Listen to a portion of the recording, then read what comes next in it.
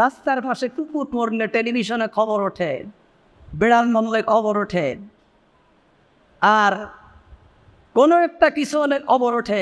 দেখলেন না ফরিদপুরে কোন মন্দিরে হামলা হয়েছে, 2 ভাইকে পিটায় মেরে ফেলেছে। আপনি ভাবতে পারেন, শুনছেন, টেলিভিশনে আসছে? আসেনি।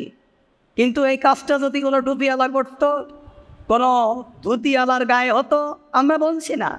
কোন মানুষ এদেশে নির্যাতিত হোক, ইসলাম তা চায় না। ইসলাম অমুসলিমদের অধিকারকে সংরক্ষণ করেছে। কেউ নির্যাতিত হোক, নিপীড়িত হোক, কারো অধিকার খর্ব হোক, কেউ লাঞ্ছিত হোক, কেউ জুলুমের শিকার হোক, এটা ইসলামও চায় না, আমরাও চাই না। কিন্তু আজকে সারা দুনিয়ার মিডিয়াগুলো ইসলামের বিপরীত চলে গিয়েছে।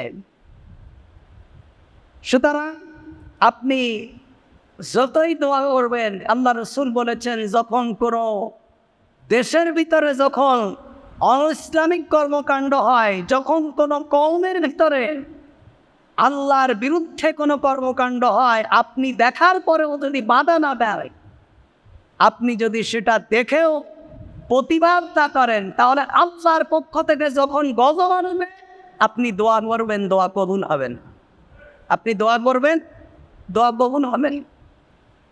প্রতিদিন এই কাবা শরীফে দোয়া হচ্ছে, ফিলিস্তিনের জন্য দোয়া হচ্ছে।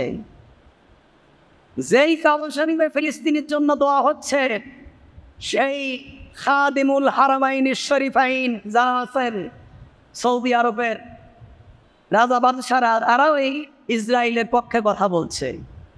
আপনি একদিকে দোয়া হচ্ছেন, রাষ্ট্র আপনার বিপক্ষে যাদের জন্য দোয়া করছেন, তাদের উপরে যারা জুলুম করছে তাদেরকে সহযোগিতা করছে। সুতরাং এখানে দোয়াই কোনো কাজ হবে না, এখানে দোয়াই কোনো কাজ হবে না। আল্লাহ তাআলা বলছেন, ইয়াউমা তুকাল্লাবু উজুহুহুম ফিন্নার ইয়াকুলুনা ইয়া লাইতানা আতা'না আল্লাহ ওয়া আতা'না রাসূল। যেদিন তাদের চেহারাগুলো আগুনে উপুড় করে দেওয়া হবে, যেদিন তাদের চেহারাগুলোকে আগুনে উপুড় করে দেওয়া হবে, তখন সেদিন তারা বলবে, ইয়া লাইতানা আতা'না আল্লাহ ওয়া আতা'না রাসূল, হায় আমরা যদি আল্লাহ এবং তার রাসূলের আনুগত্য করতাম, আমরা যদি পৃথিবীতে আল্লাহ এবং তার রাসূলের আনুগত্য করতাম, তাহলে আজকে আমাদের এই পরিণতি হতো না। মানুষ আযাব আসতেছে, আযাব দেখেও মানুষ সতর্ক হচ্ছে না। এই বিরাট যে করোনার কথা তো আমরা বলতেই বসেছি, করোনার ভয়াবহতা তো আমরা ভুলেই গিয়েছি। করোনার যে ভয়াবহতা, এর থেকে বড় বড় আযাবের সামনে অপেক্ষা করছে। মুহাম্মদুর রাসূলুল্লাহ সাল্লাল্লাহু আলাইহি ওয়াসাল্লাম আমাদেরকে ভবিষ্যৎবাণী করেছেন। আজকে আমরা যাদের কথা শুনে আমরা আল্লাহর নাফরমানি করছি, যেভাবেই আছি, যেখানেই আছি, যে পর্যায়ে আছি, আল্লাহ সুবহানাহু ওয়া তাআলা বলছেন, ওয়াকালু রব্বানা ইন্না আতা'না সাদাতানা ওয়া কুবারানা ফাদাল্লুনা সাবিল। তারা বলবে, হ্যাঁ আমাদের রব, আমাদের নেতা ও বড়দের আনুগত্য করেছিলাম, সুতরাং তারা আমাদেরকে পথভ্রষ্ট করেছে। আল্লাহ তাআলা সূরা আহজাবের 67 নম্বর আয়াতে বলছেন, ওয়াকালু রব্বানা, হ্যাঁ আমাদের প্রভু, ইন্না আতা'না, আমরা আনুগত্য করেছিলাম, আমাদেরকে যেই হুকুম দিয়েছে, সাদাতানা, আমাদের নেতারা আমাদেরকে যা বলেছে আমরা তাই করেছি, আমাদের হিতাহিত জ্ঞান ছিল না। ওয়াকুবারানা, তাফসীরের ভিতরে এসেছে সাদাতানা দুনিয়াবি নেতা, ওয়াকুবারানা এটা বড়দের করে বলেছে আমাদের আলেমরা। তাহলে একদিকে দুনিয়াবি নেতা, আরেকদিকে আলেমেরাও। বড় বড় আলেমরা আমাদেরকে যা বলেছে আমরা তাই করেছি, যেভাবে বলেছে ওইভাবে চলেছি, আমরা বিচার বিবেচনা করিনি। আমরা কি বলেছি? হাজার হাজার মানুষটি ভুলের উপরে আছে, যুগ যুগ ভরে কি আমরা ভুলের ভিতরে আছি? আল্লাহ সুবহানাহু ওয়া তাআলা বলছেন, তোমাদের কি আমি চক্ষু দেইনি? তোমাদের কি আমরা বিবেক দেইনি? তুমি যুগ যুগ ধরে একটা ভুলের উপর আছো, যুগ যুগ ধরে তোমাদের নেতার কথা শুনছো, যুগ যুগ ধরে তোমার আইপার এবং রোহবারদের কথা শুনছো। তোমরা একটু চিন্তা করোনি যে আমরা কি করছি, কোন পথে চলছি? এই পথে চললে আল্লাহ এবং তার রাসূল সাল্লাল্লাহু আলাইহি ওয়াসাল্লাম সন্তুষ্ট হবেন কিনা তোমরা একটু ভেবে দেখোনি। ওরা বলবে কি যে আমরা আমাদের নেতা এবং বড়দের কথা শুনেছি, ফাদাল্লুনা সাবিল, তারা আমাদেরকে পথভ্রষ্ট করেছে, তারা আমাদেরকে যা বলেছে আমরা তাই করেছি। সুতরাং আমাদের কি করা উচিত? আমাদের কিভাবে, একজন মুসলমানের নেতা তো সেই হবে যার নেতা হবে তার থেকে যে নেতা হবে সে বেশি আল্লাহ ভীরু হবে। সে আল্লাহ ভীরু। আমি যার অনুসরণ করবো, আমি নামাজ পড়ি, সে যদি নামাজ না পড়ে তা আমি কার অনুসরণ করি? আমি তাহাজ্জুদের নামাজ পড়ি, আমার নেতা যদি ফরজ নামাজ না পড়ে আমি কার অনুসরণ করব? আমি যার অনুসরণ করব সে আমার থেকে ভালো নামাজি হতে হবে, সে আমার থেকে বেশি হালাল রিজিক অন্বেষণকারী হতে হবে, সে আমার থেকে হালাল ব্যবসায়ী হতে হবে, সে আমার থেকে ভালো চরিত্রবান হতে হবে, সে আমার থেকে ভালো তনবীর হতে হবে। তা নাহলে আমি তার অনুসরণই করবো। কারণ আমাদের সবার সব থেকে প্রিয় নেতা মুহাম্মদুর রাসূলুল্লাহ সাল্লাল্লাহু আলাইহি ওয়াসাল্লাম, যিনি একজন ভালো নেতা, যিনি একজন ভালো পিতা, যিনি একজন ভালো স্বামী, যিনি একজন ভালো ভাই, যিনি একজন ভালো বন্ধু, যিনি একজন ভালো যোদ্ধা, যিনি একজন ভালো রাজনীতিবিদ। আমাদের নেতা তো মুহাম্মদুর রাসূলুল্লাহ সাল্লাল্লাহু আলাইহি ওয়াসাল্লাম। দুনিয়ার প্রয়োজনে আমরা যদি এই নেতার অনুসরণ করে যদি চলতে চাই, তাহলে দুনিয়ার প্রয়োজনে যাদের নেতা আমরা নির্বাচিত করব, কিয়ামতের দিন যেন আমাদেরকে বলা না লাগে আকালু রব্বানা আতানা সাদাতানা ওয়া কুবারানা। আল্লাহ, আমরা তো আমাদের বড়দের অনুসরণ করেছিলাম, আমরা তো আমাদের নেতাদের অনুসরণ করেছিলাম, ফাদাল্লুনা সাবিল, তারা আমাদেরকে পথভ্রষ্ট করেছে। তারপরে তারা কি বলবে? রব্বানা আতিহিম যিফাইনি মিনাল আযাবি ওয়ালআনহুম লা'নান কাবীরা।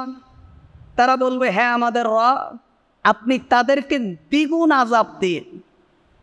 রব্বানা আতিহিম যিফাইনি মিনাল আযাব, তাদেরকে দ্বিগুণ আযাব দিন। ওয়ালআনহুম লা'নান কাবীরা, এবং তাদেরকে বেশি বেশি আপনি লানত করুন। তখন নেতাদের নোট দেওয়া ছাড়া আর কোনো উপায় থাকবে না। বিস্তারিত আল্লাহ সুবহানাহু ওয়া তাআলা সূরা সাবার ভিতরে বলেছেন। সুতরাং ভাইরা আমার, আমরা প্রত্যেকটি ক্ষেত্রে, অনুসরণের ক্ষেত্রে আমাদের একজন একটা কথা বলবে আর আমরা সেটা শুনে নেব, এটা কোনো ইমানদারের কাজ হতে পারে না। আপনাকে মনে রাখতে হবে, এই জীবন আমাদের শেষ জীবন না, পরকালীন জীবনও আমাদের জীবন। পরকালীন জীবনটাই হলো আমাদের জীবন। আপনি মুহাম্মদুর রাসূলুল্লাহ সাল্লাল্লাহু আলাইহি ওয়াসাল্লামের অনুসরণ না করে আপনার মাথার উপর গজব। আপনি নারী পুরুষ একত্রিত হয়ে কলসে করে পানি এনে মাটিতে ঢালছে আর বলছে আল্লাহ মেঘ দে, পানি দে, ছায়া দে রে তুই আল্লাহ মেঘ দে, পানি দে। উলঙ্গ অবস্থায় গামছা গায়ে লুঙ্গি পরা নারী পুরুষ একসাথে মাটির ভিতরে গড়াগড়ি দিচ্ছে, মাথার উপরে পানি ঢালছে আর বলছে আল্লাহ মেঘ দে, পানি দে, ছায়া দে রে তুই আল্লাহ মেঘ দে। আবার কেউ ব্যাঙের বিয়ে দেয়, কেউ এই দেয় তাই দেয়। আমরা তো ইসলামের নীতির বাইরে কোনো কাজ আমরা করতে পারি না।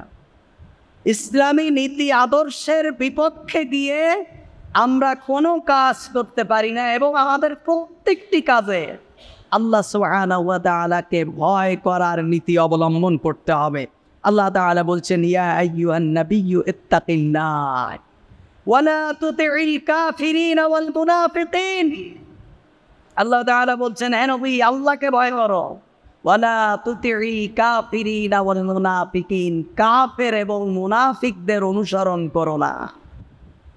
কাফের এবং মুনাফিকরা যা করবে বিরোধিতা করতে হবে। খালিফুল মুশরিকিন, আল্লাহ রসুল বলছে মুশরিকদের বিরোধিতা করো। আজকে আমাদের দুনিয়াবি কর্মকাণ্ড সব মুশরিকদের সাথে মিশে গেছে। আমাদের বিবাহ সাথী মুশরিকদের মতো, আমাদের পোশাকাতি মুশরিকদের মতো, আমাদের কথাবার্তা মুশরিকদের মতো, আমাদের ব্যবসা বাণিজ্য মুশরিকদের মতো, আমাদের সব কিছু মুশরিকদের মতো হয়ে গেছে। আল্লাহ তাআলা বলছেন ওয়ালা তুতি'ল কাফিরিনা ওয়াল মুশরিকি ওয়াল মুনাফিকিন, কাফের এবং মুনাফিকদের অনুসরণ করুন। কাফের কারা? যারা সরাসরি আল্লাহর বিধানকে অস্বীকার করে। আর মুনাফিক কারা? মুনাফিক তারা যারা বাহ্যিক লেবাসে মুসলমান, যারা বাহ্যিকভাবে মুসলমান। মক্কায় কোনো মুনাফিক ছিল না, মক্কায় সব কাফের। মদিনায় যখন আসলো, মদিনার মুসলমানেরা যখন দলে দলে, কাফেররা যখন, মুশরিকরা যখন দলে দলে মুসলমান হতে লাগলো, এবং সারা দুনিয়া থেকে যখন ভালো ভালো মানুষগুলো যখন মুহাম্মদুর রাসূলুল্লাহ সাল্লাল্লাহু আলাইহি ওয়াসাল্লামের কাছে এসে কালিমা পড়ে মুসলমান হয়ে যাচ্ছে, তখন সেই সমাজের যারা নেতৃস্থানীয় ছিল, যারা বড় মানুষ ছিল, সেই সমাজে যারা নেতৃত্ব দিতেন মদিনায়, যারা মুসলমানদেরকে মানুষদেরকে ভাই সুরায় খাইতেন, এই নেতৃস্থানীয় লোকজন তারা চিন্তা করলো, এখন যদি আমরা মুসলমান না থাকি, আমরা তো একেবারেই সংজ্ঞা লঘু, এখানে তো আমাদের কোনো মাস্তানি চলবে না। তাহলে কি করতে হবে? তাহলে কালিমা পড়ো। গড়ে পড়তায় ওরা কালিমা পড়লো, কালিমা পড়ে মুসলমান হলো। মুসলমান হয়ে কী করলো? তারা শুধু মুসলমান না, তারা মুহাম্মদুর রাসূলুল্লাহ সাল্লাল্লাহু আলাইহি ওয়াসাল্লামের পিছনে ইক্তেদা করে 5 ওয়াক্ত সালাতে।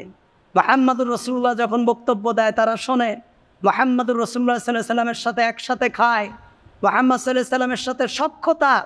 অথচ তারা এটা করলেন কেন?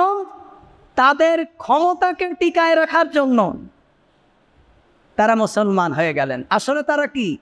মুনাফিক। সুতরাং যারা মুখে ইসলামের কথা বলে, যারা মুখে ইসলামের কথা বলে, যারা মুসলমানদের সমাজে বাস করে, মুসলমানদের পোশাক পরে, অথচ বিজাতীয় কালচার, বিজাতীয় ধর্ম, বিজাতীয় আদর্শকে প্রমোট করে চলে, এগুলোকে মূল্যায়ন করে, মনে করতে হবে তারা কি? মুনাফিক। আল্লাহ তাআলা বলছেন মুনাফিক কাফির কাউকে তুমি অনুসরণ করো না, এবং কাফের থেকে মুনাফিকরা বেশি খারাপ, এবং এদেরকে জাহান্নামের ভিতরে আল্লাহ সুবহানাহু ওয়া তাআলা সর্বনিম্ন স্থান দেবেন মুনাফিকদেরকে। মুনাফিকরা, এজন্য আল্লাহ তাআলা বলছেন ওয়াত্তাবি' মা ইউহা ইলাইকা মির রাব্বিক, আপনি অনুসরণ করার ক্ষেত্রে আল্লাহর পক্ষ থেকে যে ওহী এসেছে ওই ওহীর অনুসরণ করেন। আল্লাহ তাআলার পক্ষ থেকে যে ওহী এসেছে ওই কি?